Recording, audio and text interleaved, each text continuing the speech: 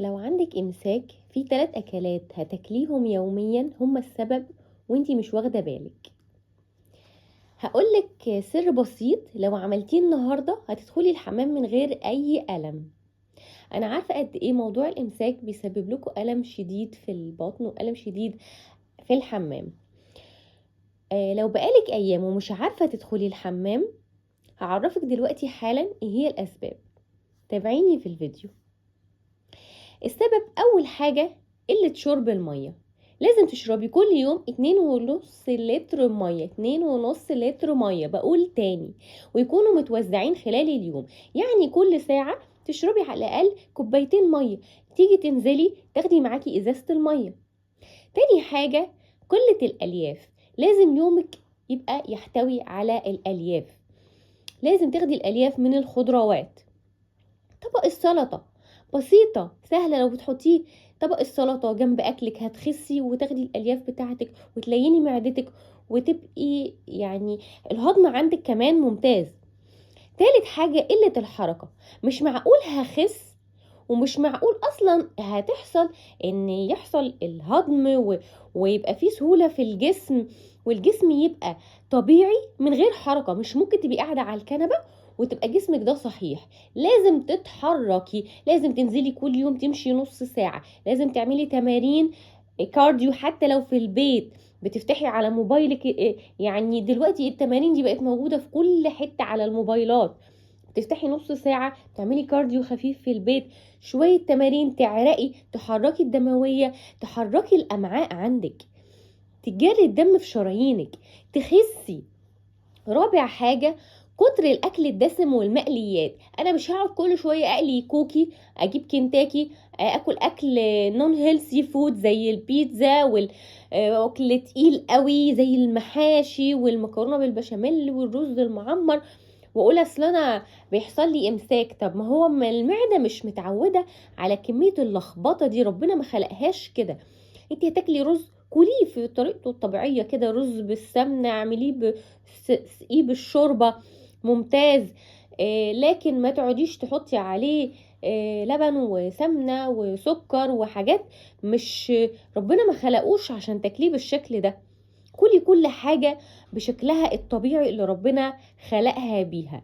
الفراخ تعالي يعني اشوي الفرخة، اسلقيها، اعمليها في صينية، لكن ما تقليهاش، ما تعمليهاش كنتاكي، لا، هتبقي كده بتأذي نفسك. الزيوت النباتية زيوت مؤذية تماما.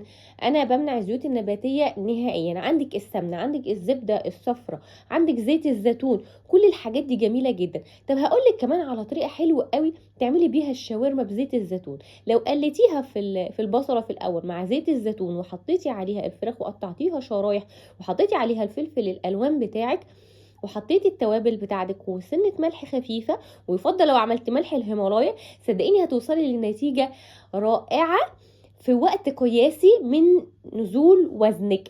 وكمان الامعاء عندك هتشتغل كويس جدا، لان زيت الزيتون بيخلي الامعاء تشتغل كويس جدا، وعملية الاخراج هتتم كل يوم معاكي بمنتهى السهولة، لان زيت الزيتون ممتاز في علاج الامساك. كمان هتخسي.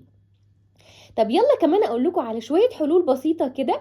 تعالوا هنا واسمعوني بقى بالراحة كده وفتحوا لي ودانكم. اول حاجة لازم تشربي كل يوم 2 ل 3 لتر مية. تاني حاجة لازم تزودي خضار زي الخيار والخس والكوسة. الكوسة ممتازة جدا لو عملتيها حتى في يومك مع صينية الفراخ او مع الكفتة، بتطلع ممتازة وطعمها حلو قوي، لان هي بتشرب من الصوص بتاع الفراخ، بتشرب من الصوص بتاع اللحمة اللي هتعمليها معاها، بيطلع طعمها جميل قوي. مش لازم الاكل الهيلسي بتاعنا يبقى طعمه وحش، بالعكس انا ممكن اكل اكل هيلسي وكمان يبقى طعمه حلو وجميل. ولو حطيتي كمان عليها فلفل الوان هتبقي زودتي القيمة الغذائية على الاخر، وخدتي كمان فيتامين سي بتاعك. تالت حاجة تعمليها تمشي كل يوم أقل حاجة 20 دقيقة. احنا قلنا الجسم بيبدأ يحرق بعد 20 دقيقة، يعني لما تمشي من 20 دقيقة أول حاجة خلاص مشيت 20 دقيقة، ده مفيش لسه الحرق لسه ما اشتغلش بتاع الدهون، أنا همشي بقى نص ساعة. ال10 دقايق اللي بعد 20 دقيقة هم دول اللي فيهم حرق الدهون بتاعك. فلازم تمشي اقل حاجه بعد ال20 دقيقه 10 دقايق كمان، عشان هما دول اللي فيهم حرق الدهون بتاعك. قدرتي تزودي بعد ال20 دقيقه نص ساعه كمان، برافو عليكي. كل ما هتزودي وقت في المشي كل ما هتزودي حرق الدهون عندك، كل ما هتخلي كمان الامساك اللي عندك ما يقل خالص، يعني هيختفي نهائيا. جربي دوت وارجعي لي، ولو لقيتي فيه لسه عندك امساك انا اتحداكي. طيب ايه كمان رابع حاجه؟ لازم تبداي يومك الصبح بكوبايه ميه دافيه على الريق. انا صحيت الصبح اعمل ايه؟ كوبايه ميه دافيه كده اشربها بس خلاص، وشويه وافطر بقى لما احس بالجوع. برضو انا مش عايزاكم تفطروا الا لما تحسوا بالجوع. طيب في ناس الامساك عندهم بيكون سبب في زياده الوزن. لا ده مش في كمان ناس بس، ده كل الناس. يعني انا جايه النهارده عشان افهمك ان طول ما انت عندك امساك لا يمكن هتنزلي على الميزان. لازم تعالجي الامساك الاول عشان تقدري تحرقي دهون. طب يلا تعالي كده بقى عشان اقولك على حاجه حلوه قوي قوي قوي وانت مستنياها، نظام يوم كامل مضاد للامساك. طيب تعالي نبدا كده بالفطار. اول حاجه كوبايه الميه الدافيه على الريق، بعديها كوبايه زبادي زائد معلقه شوفان زائد معلقه عسل صغيره، او تاخدي ثمرة فاكهة الصبح زي التفاحة او كمثرى او برتقالاية. طيب بعديها في سناك، هتاخدي فيه ايه السناك؟ هتاخدي فيه خيار مع جزر، او تاخدي ثمرة كيوي. طيب عايزة تشربي حاجة، هتشربي ايه؟ خدي كوباية شاي اعشاب، زي عندك مثلا ينسون، عندك نعناع، whatever اللي انت عايزة تشربيه انا ما عنديش مشكلة فيه. تعالي بقى لوجبة ايه؟ الغدا. الغدا فيه البروتين بتاعك. طب البروتين ايه؟ فراخ، سمك، لحمة، كبدة، اي بروتين انت تحبيه انا ما عنديش اي مشكلة فيه طول ما هو اكل هيلسي فود. كلي وانبسطي. طب هحط ايه جنب البروتين بتاعي؟ طبق السلطة كبير جدا مليان ايه؟ خس، خيار، جرجير. طيب احط كمان ايه؟ 3 ل5 معالق رز، يعني اجيب من 3 ل5 معالق رز كبار ممسوحين، مش يبقى المعلقه هرم، لا، او بطاطس مسلوقه. طيب بالنسبه للرز في الاوزان اللي هي من اول 70 تاخدي 3 معالق، الاوزان اللي فوق ال70 بتاخدي 5 معالق رز ممسوحين. يعني او بطاطس مسلوقه، يعني هتاخدي الرز هتاخدي البطاطس، او البطاطس تبقى في الصينيه برضو مفيش مشكله فيها، لو عملتيها مع الفراخ في الصينيه برضو بتبقى جميله ومفيده جدا ليكي بدل الرز. تمام. طيب معاها ايه تاني؟ معلقه زيت زيتون على السلطه. لازم تحطي زيت زيتون في يومك علشان الامساك يفك معاكي، ما يحصلش معاكي اي امساك ابدا. طيب هتاخدي ايه سناك بقى بعد الغدا بشويه جعتي؟ تروحي عامله كوبايه فيها زبادي، وتروحي مقطعه عليها ثمره فاكهه لذيذه كده من الفاكهه اللي انت تحبيها، ويفضل لو تحطي الكيوي او الكمثرى، ممتازين جدا في علاج الامساك، الكيوي او الكمثرى. تمام. او ممكن تحطي 5 حبات برقوق، البرقوق المجفف اللي هو اسمه ايه؟ القراصية. القراصية دي حاجه مهمه جدا ولازم تبقى موجوده في ثلاجتك كل يوم، عشان هي ديت سحر علاج الامساك، القراصية. طيب في العشاء بقى هتعملي ايه؟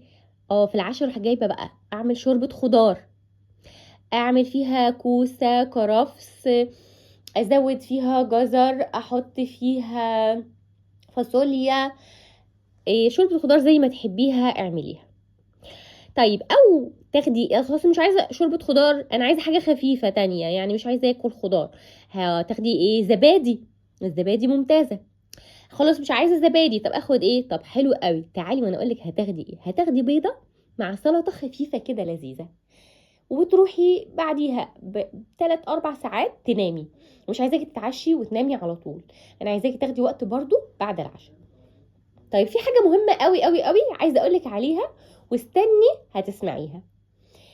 لازم كل يوم تشربي من 2 ل 3 لتر ميه.